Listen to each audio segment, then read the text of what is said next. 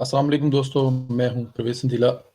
दोस्तों, माजी में इमरान खान ने मियां नवाज शरीफ की हुकूमत के खिलाफ भरपूर तहरीक चलाई। कुछ लोगों की बैसाखियों के सहारे हुकूमत गिराने की हर मुमकिन कोशिश की।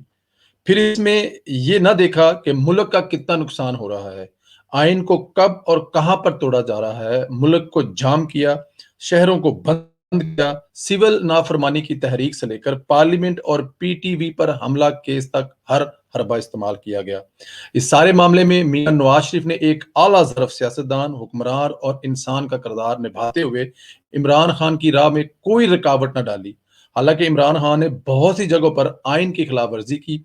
वहां पर मियां नवाज शरीफ की हुकूमत के पास ऑप्शन था कानूनी कार्रवाई करते हुए, लेकिन चूंकि मामला सियासी था तो आला ज़रफ़ी का मुजाहरा किया गया ताकि किसी भी मामले को पकड़कर सियासी रंग न दिया जाए।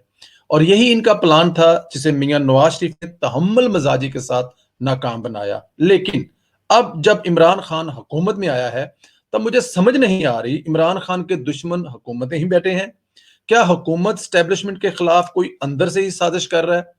अगर ऐसा नहीं तो फिर अपोजिशन के खिलाफ इंतकामी कार्रवाइयां कौन करवा रहा है? क्या ये नहीं जानते जितना अपोजिशन को इस वक्त दबाया जा रहा है, वो इतनी ही उभर कर सामने आ रही है। अवाम इनके साथ है। मियां नवाज शरीफ के बयानिए को लेकर जितनी साजिशें की जा रही हैं, सब इनके गले पड़ रही हैं। गुजरांवाला जलसा अभी हुआ नहीं, अभी तो तैयारियां की जा रही हैं। जलसे की गूंज पूरे पाकिस्तान में फैली हुई है। इसकी वजह हुकूमत खुद है।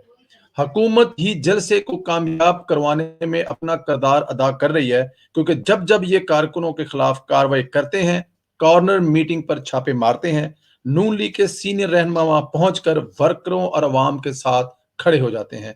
न दिन रात देखते हैं और न रात।